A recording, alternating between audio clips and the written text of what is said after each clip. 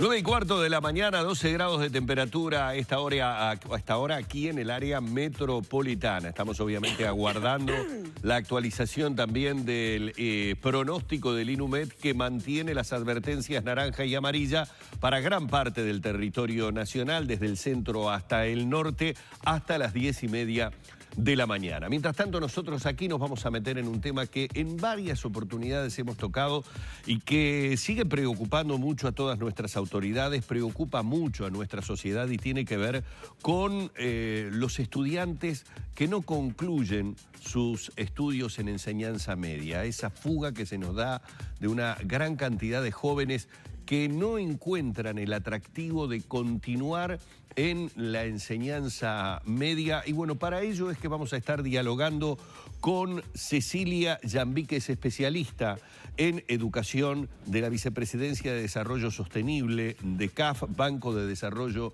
de América Latina. Primero, para conocer un poco los números que ellos manejan a nivel de nuestro país, pero también de la región con respecto a esta problemática. Bienvenida, buenos días, un placer. Bueno, muchas gracias por la invitación, buenos días. En nuestro país, no sé si existe una estadística, una evaluación de cuántos jóvenes van dejando la enseñanza media, no encuentran, como decía yo, ni atractivo, ni sentido a culminar por lo menos el ciclo de secundaria. Sí, bueno, sí, hay, nosotros desde CAF lo que hicimos fue tomar las estadísticas no solo de Uruguay, sino de toda América Latina. Y lo que se ve en todos los países de la región y en Uruguay también es que hubo en las últimas décadas un aumento de la cobertura. O sea, hay más estudiantes que acceden a la educación media, que logran llegar y transitar algunos años por la educación media, pero que no logran completarlo. Esa cifra para América Latina es, para el promedio de América Latina, es que 6 de cada 10 estudiantes logran completar la educación media. Para Uruguay esa cifra es 4 de cada 10. Estamos como por debajo, el país está por debajo de la media de la región. Eso es un problema importante que enfrentan todos nuestros países, porque la desvinculación de los estudios tiene consecuencias importantes, ¿no? Tanto para el joven, que va a tener menores oportunidades y va a estar peor equipado, digamos, para desempeñarse luego en la vida y en el trabajo, como también para los países, ¿no? Que en la medida que tienen la formación de capital humano incide, por supuesto, en el desarrollo económico y productivo de los países. Entonces, digamos que es una preocupación por varios lados. La clave es saber por qué se vinculan, ¿no? ¿Qué pasa que hace que esos 6 de cada 10 decidan no continuar con sus estudios? Sí, bueno, ahí, a ver, lo que vemos es que la desvinculación de los estudios normalmente es el resultado de un proceso, ¿no? de exclusión social y académica de los jóvenes. No es una decisión normalmente que se produzca en un momento dado así nomás, sino que tiene como varios factores que van incidiendo sobre eso a lo largo del tiempo, ¿no? Los factores son variados. Hay dos cosas importantes. Una es que difieren esos factores que hacen que los jóvenes abandonen los estudios. Normalmente difieren entre hombres y mujeres. Las mujeres es más frecuente que abandonen los estudios por temas de embarazo o de cuidado de hijos o familiares. Los hombres es más frecuente que abandonen por restricciones económicas o porque deciden trabajar o porque directamente no encuentran el sentido de la escuela, no les resulta relevante, no les resulta de interés, no le ven la utilidad, digamos. Entonces, digamos que hay distintos factores que atacar, pero la clave es, hay dos, en definitiva. Una es que hay que tener una perspectiva de género en las políticas públicas que van a... ¿Desertan más mujeres o varones? Más varones, en realidad, desertan más varones, pero las mujeres que desertan, digamos, que abandonan los estudios, son más propensas a quedarse, a no insertarse en el mercado laboral, digamos. O sea, hay mucho más proporción de mujeres que al abandonar los estudios lo que hacen es dedicarse al cuidado de sus hijos o de familiares. Los hombres que desertan, que abandonan el sistema educativo, o es por trabajo o están en esa situación de que ni estudian ni trabajan, ¿no? Entonces, digamos que ahí hay un problema diferenciado que es importante que la política pública lo tome en cuenta. Cecilia, cuando hablamos de esta cifra para Uruguay, que solo 4 completan la educación media, hablamos de terminar bachillerato de quinto y sexto. Sí, de quinto y sexto. O sea, solamente 4 de cada 10 llegan a quinto y sexto. Y en ese viaje, desde primero de liceo, ¿verdad?, de la salida de primaria, el ingreso a secundaria, hay un estudio de la trayectoria, digamos. ¿De qué momento se va produciendo la mayor fuga? Es decir, porque por ahí podemos encontrar un año que es el más desestimulante, o bien por lo que se enseña, o bien por la exigencia que tiene, o bien por la edad de los jóvenes. Bien, ¿Hay una edad en donde hacen el clic de no sigo más? Bueno, a ver, lo que es importante en Uruguay es como hay puntos clave que son las transiciones entre los ciclos. La transición entre la primaria y la secundaria, y luego la transición entre la secundaria básica, digamos, cuando pasan de tercero a cuarto año. Cuarto año. ¿Ah? Claro. Ahí está la fuga. Ahí está, o sea, la mayor fuga está en la secundaria superior. Aunque también, digamos, cuando uno mira las cifras, uno encuentra, por ejemplo, que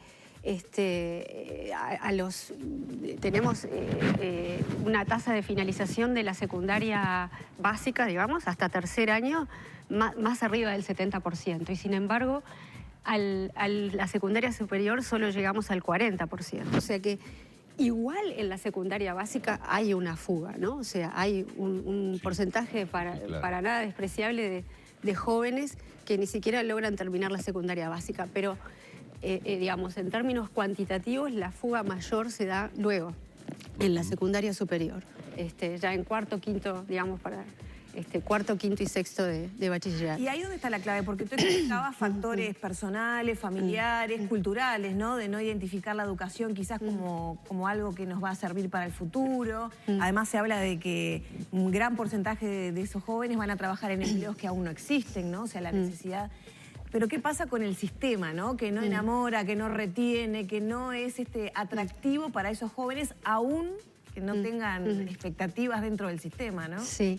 Bueno, ahí creo que la clave es por un lado, o sea, los jóvenes, digamos, se necesita identificar a tiempo a esos jóvenes que están en riesgo de abandonar los estudios, y tener una batería de apoyos de varios tipos, ¿no? Porque las razones para desvincularse, ya vieron, son varias. Pueden ser razones económicas más razones académicas, digamos, de dificultades, de bajas habilidades adquiridas hasta el momento, que les hace muy difícil seguir transitando por el sistema secundario. De hecho, la repetición en Uruguay es muy alta, es un indicador también... altísimo. Y es una incidencia directa de la deserción, además. Y la repetición es un predictor muy importante de la deserción. El monitor liceal, y se ve clarísimo. El monitor liceal se ve clarísimo. Es muy claro, pero entonces, en definitiva, el punto es por qué la repetición es tan alta y cómo atacar, digamos, más temprano y más efectivamente, cómo apoyar a esos estudiantes y darles acompañamiento para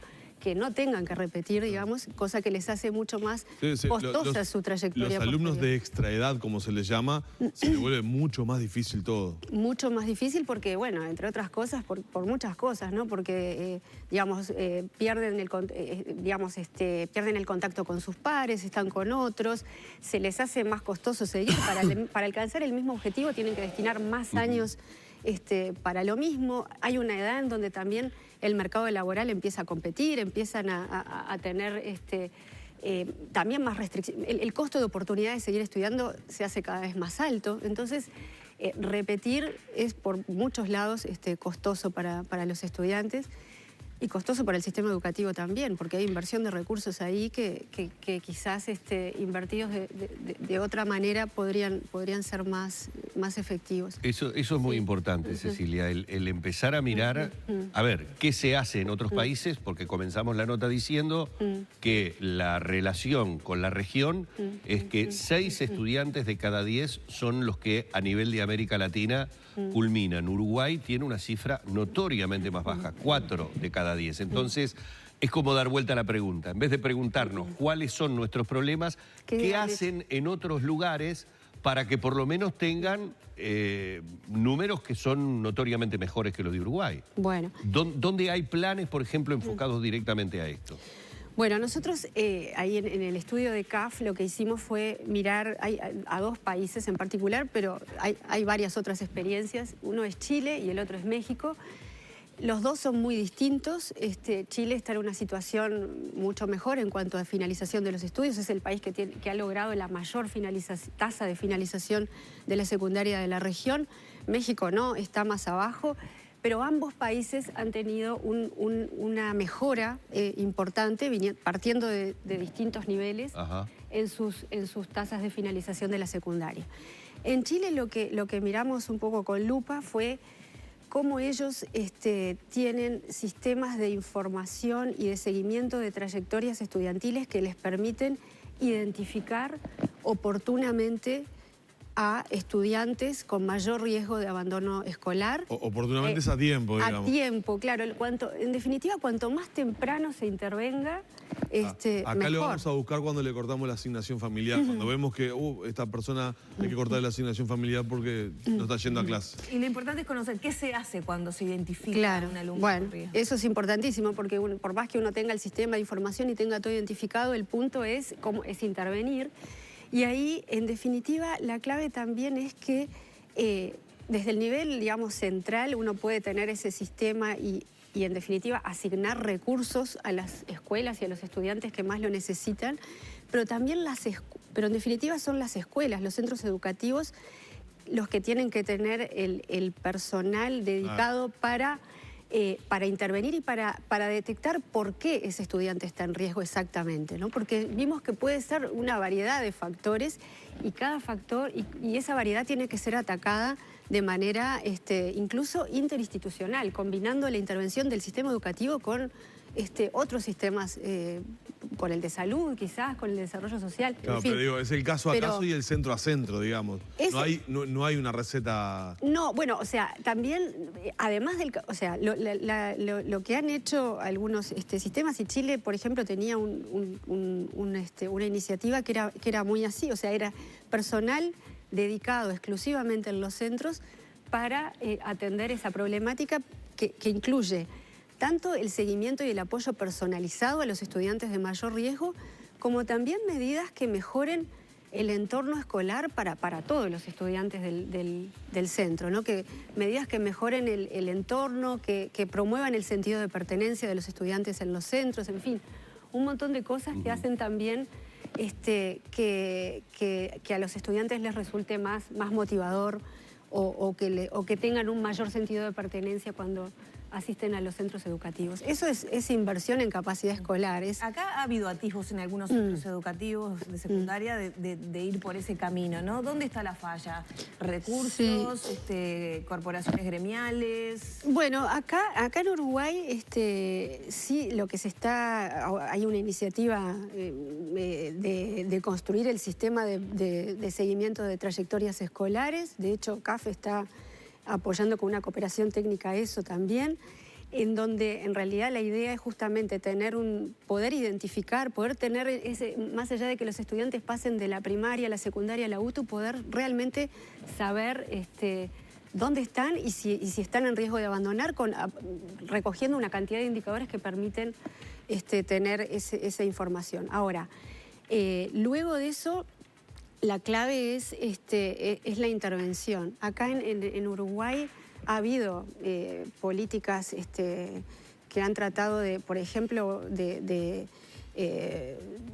tutorías en centros con mayor riesgo, bueno, en fin, el programa Compromiso Educativo, que se centraba mucho también en en el acompañamiento entre pares, o sea, todas iniciativas que son en principio buenas, que van por el buen camino, pero la clave, y que ahora las autoridades están dando algunos pasos en ese sentido, pero es muy reciente, es descentralizar también la decisión, la toma de decisiones en los territorios, o sea, que las escuelas, los centros educativos puedan tener cierta autonomía, flexibilidad para poder intervenir, asignar las intervenciones para las que ellos tienen mucha mejor información de cuáles son las que necesitan. Pero desde el nivel central se tiene que tener, se tiene que proporcionar herramientas de diagnóstico, se tiene que proporcionar recursos, y se tiene que recursos para personal dedicado a eso, porque esa es una clave también. Cecilia, comentabas que pusieron un poco el foco en el caso de Chile y de México, y decías que aunque entre los dos hay diferencias en esa tasa, Chile muestra los mejores números. Sí. En la región. Y allí, ¿de cuánto estamos hablando? Chile está en 9 de cada 10 estudiantes que logran terminar la secundaria. Y decías que hubo un trabajo y un crecimiento importante con números que antes no eran tan buenos para Chile. Sí, bueno, Chile en los últimos, no sé, 20 años tuvo un crecimiento importantísimo en esa tasa de finalización. O sea que no fue tanto tiempo. Cuando digo tanto tiempo me refiero, es decir, determinado tipo de políticas, determinado tipo de trabajo generaron en 20 años que Chile se posicionara con un número, bueno, cercano al ideal. Sí, en la región es claramente el que está despegado, la verdad. ¿Somos de los peores países entonces? En tasa de finalización de la secundaria, sí, estamos... Sí, yo me acuerdo decir que se dijo eso. Sí. Y ahora estaba buscando números de Chile sobre cuánto, porque tanto más va la discusión cuánto gastamos en educación. Y el famoso 6% para la educación. Bueno. ¿Recordás el dato de Chile? Chile está más o menos como Uruguay ahora. 5,5. Sí, está aproximadamente, está parecido a Uruguay en gasto público en educación. Lo que quiero decir es que a veces no se necesita, no es tanta plata, sino cómo se gasta, cómo se invierte. Bueno, ahí es un punto importante el que decís, porque bueno, es cierto. O sea, a ver, primero que nada, toda América Latina, incluso Chile y todos los países de América Latina, están por debajo en términos de gasto por estudiante en educación. Por debajo por debajo relativo a la capacidad económica, ¿no? Porque a veces cuando uno compara el dato de gasto público en relación al PIB, está bien, es un dato que hay que comparar, pero también hay que tener en cuenta de que, por ejemplo, que América Latina tiene una población joven mucho más grande que lo que puede ser la población de Europa, por ejemplo. Entonces, cuando un país europeo gasta un X% del PIB en educación, tiene, en términos relativos, menos estudiantes para atender que... Tiene ventajas comparativas respecto de, por ejemplo, Latinoamérica. O la inversión en cada estudiante es mayor. Por estudiante, exactamente, la inversión por estudiante es mayor en esos países. Pero ingreso en este punto, porque acá cuando parece que se ha centrado la discusión o tendemos a hacer un corte muy lineal de relacionar directamente más educación, más plata. Bueno, obviamente bien, es una máxima de la que hay que partir, pero no hay que quedarse en eso solamente. No, obviamente que no hay que quedarse en eso. Es verdad bueno, es el dato de que América Latina todavía está en inversión por estudiante por debajo de varios países, pero en realidad también justamente hay espacio para ganar en eficiencia en asignación de recursos. Ahí el punto es, por un lado, esos sistemas de información, por ejemplo, sí permiten, justamente, son una herramienta para la toma de decisión y para la asignación de recursos de manera, digamos, más eficiente. Y también decir que es verdad que el acompañamiento personalizado, el destinar tiempo para los estudiantes, para actividades que promuevan su sentido de pertenencia, para acompañarlos en términos académicos, psicológicos, en fin, todo el tipo de acompañamiento de salud, lo que sea que precisen, son horas y recursos destinados a eso. Pero también hay que tener en cuenta de que esas horas y recursos destinados a eso, por ejemplo, en apoyo académico que mitigue la repetición, son recursos liberados más adelante. Es decir, hoy por hoy ya destinamos recursos en cuantías grandes porque la repetición en la secundaria está por arriba, está como por el 25%. Entonces, realmente hay recursos destinados a atender a estudiantes en rezago, pero quizás si uno los reasigna de otra manera, son más recursos en un momento inicial, pero que después pueden ir mitigándose en el mediano plazo. Es un ejemplo de que esto no es gasto sino inversión. Es inversión, claramente sí. Sí, es verdad que si uno habla del gasto en educación, pero es la inversión. Digo, muchas veces en cualquier pero manera eso que acabas de decir es claramente un ejemplo de que no es gasto sino inversión. Sí. Sí, eso es. Cecilia, vamos a ir cerrando. Uno recuerda hace ya muchísimo tiempo el diagnóstico de esta deserción, dicho de diferente manera. Últimamente se ha acuñado, más que nada por el espectro político, la forma de denominar a los niní, ¿verdad? A los que ni trabajan ni estudian, y estoy hablando de ya mucho tiempo que venimos hablando de esto. Es decir, creo que desde que se escucharon, no digo las primeras voces, pero las primeras voces preocupadas de esta situación que empezaba a darse en nuestro país, ya hace fácilmente más de 20 años. Es decir, la pregunta de el trabajo que se había hecho en Chile con tan buenos resultados, ¿en cuánto tiempo? Es decir, que hemos perdido todo este tiempo de alguna manera porque el problema sigue instalado de manera preocupante. Sin embargo, uno escucha que las autoridades hablan de que se hacen esfuerzos y que hay políticas que procuran mantener a estos jóvenes dentro del sistema educativo. Sí. Yo sé que es difícil desde el punto de vista político y no es políticamente correcto decirlo, pero ¿no es hora de que hablemos notoriamente de que nuestras políticas en ese sentido han fracasado? O sea, ¿hay algo que notoriamente los resultados no nos están acompañando? ¿O es que esas políticas aplicadas en otros países no son aplicables en nuestro país? No, bueno, a ver, si hay varias preguntas ahí. Es cierto, las políticas aplicadas en otros países son una referencia, pero siempre, en general, hay que como tamizarlas para aplicarlas a la realidad de otro país. En el caso de Uruguay también es así. Y es verdad que no se puede como normalmente copiar una política así nomás, no, tampoco claro, es no la se solución. puede fotocopiar. No. En el caso de Uruguay, a ver, si uno mira los datos, uno ve hace más de 10 años había 3 de cada 10 estudiantes que terminaban la secundaria. Hoy son 4 de cada 10, es decir, a ver, algún avance hay, pero es cierto que estamos en niveles muy bajos y que quizás se precisen como cosas más contundentes. No porque no se haya hecho, porque en realidad, y ahí creo que hay algo importante que es la coordinación y la cuestión sistémica de la política, ¿no? Normalmente no alcanza con tener políticas o programas aislados que vayan por acá y por allá. Se necesita una respuesta coordinada y sistémica que vaya como muy directamente a abordar el problema por las múltiples aristas que tiene. Entonces, creo que en el caso de Uruguay, con el sistema de protección de trayectorias y la descentralización, está como dando algún paso en ese sentido. Es incipiente y bueno, el reto, creo yo, es como que ser como muy decididos y muy y justamente tener la visión de política pública sistémica y no de programas aislados y descoordinados entre sí. Vamos a agradecerle mucho a Cecilia Llambí estos minutos en la mañana de Arriba Gente. Bueno, muy amable. Bueno, no, gracias a ustedes, un gusto. Cerramos por aquí la entrevista.